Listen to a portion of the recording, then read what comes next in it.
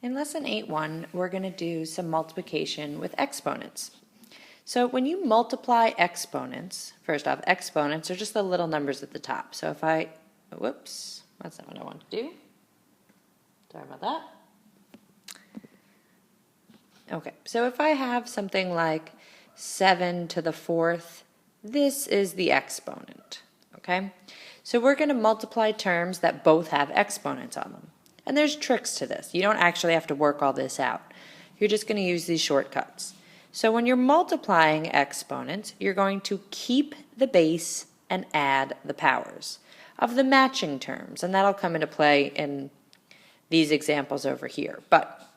So in the first example right here, if I'm going to do 6 to the 4th times 6 to the negative 2, I keep the base, so my answer is still going to have a 6. And now I add 4 plus negative 2 is positive 2. So if I can simplify this, I should. And 6 squared is easy enough to do, so I would expect you to work that out and say 36. Now in the next example, 8 to the 6th times 8 to the 3rd, remember when we're multiplying, we keep the base, so it's still 8, and 6 plus 3 gives me 9. I do not expect you to work out 8 to the 9th power, so you can leave that as is. So now when we have different variables in our problem, you just take it step by step. So first I'm going to work with the x's. X to the 3rd and x squared. I keep the x and add the powers. 3 and 2 gives me 5. Now I look at my y's. Y and y to the 7th. Now when there's no exponent on a number, it's really a 1. So y to the 1st and y to the 7 gives me y to the 8th. And then the z's, z to the 5th and z, remember this is really z to the 1st, becomes z to the 6th power. And that's it. You can't do anything with that. You can't combine different letters, but you can combine letters that match. So that's what we did. We combined the x's, combined the y's, and combined the z's. Now what happens if I have numbers and letters in my problem? Again, just go one step at a time. You're going to combine all the terms that match. Well, 3 and negative 5 are both just plain old numbers. Now in this example I put the dot in here, but in this one we didn't put anything between parentheses. If there's nothing there, it still means multiply. So I'm going to do 3 times negative 5, which is negative 15. Now I'm going to combine my a's. A and a to the 4th gives me a to the 5th. B to the 6th and b to the 3rd gives me b to the 9th. And I have a lonely c over here, but I can't forget about them, so I just tack them on the end.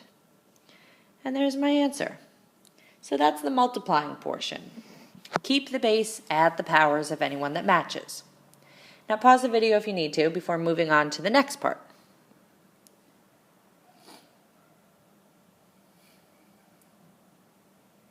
In the next part, we're going to do something a little trickier. We're going to raise a power up to a power. So notice that we have, hold on, let that go away. Okay.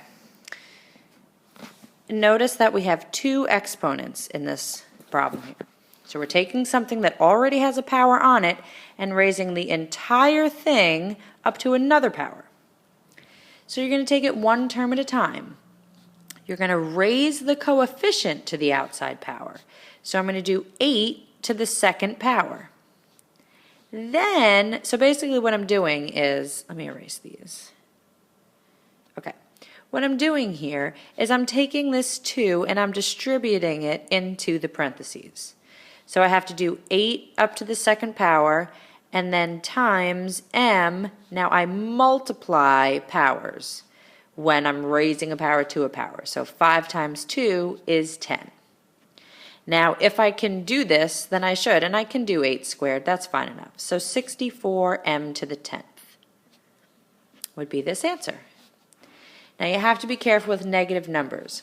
A negative number raised to an even power, so like negative 3 up to the 4th, is going to give me a positive 81 answer. But if I took a negative 3 and raised it to an odd numbered power, I get a negative answer. So it's just a way to help the calculator not mess you up, because if you don't put this negative 3 in parentheses, if I say negative 3 to the 4th just like this, the calculator is going to tell me negative 81. So if you forget your parentheses, but in your mind you know that if I raise a negative number to an even power, I should always get a positive, you'll look at this and say, oh wait, that's not what I meant. I meant to do this, -3 up to the 4th power, because I should get a positive answer. So you just have to be careful with using calculators and negative numbers and exponents, because it will mess you up. So now in this one, we got real fancy in this example here. There are 2 outside powers. So what I'm actually going to do first is combine these 2 outside powers. So I'm still going to have -3xy to the 7th, but instead of raising it to the 2nd power and then raising it again to the 2nd power, I could really just raise it to the 4th power.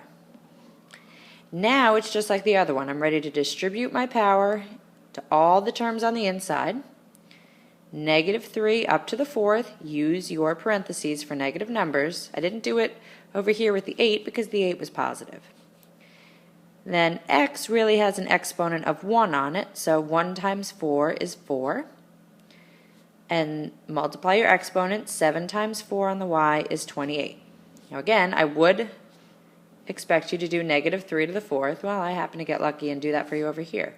So it's 81, x to the 4th, y to the 28th. Okay, and that's 8-1.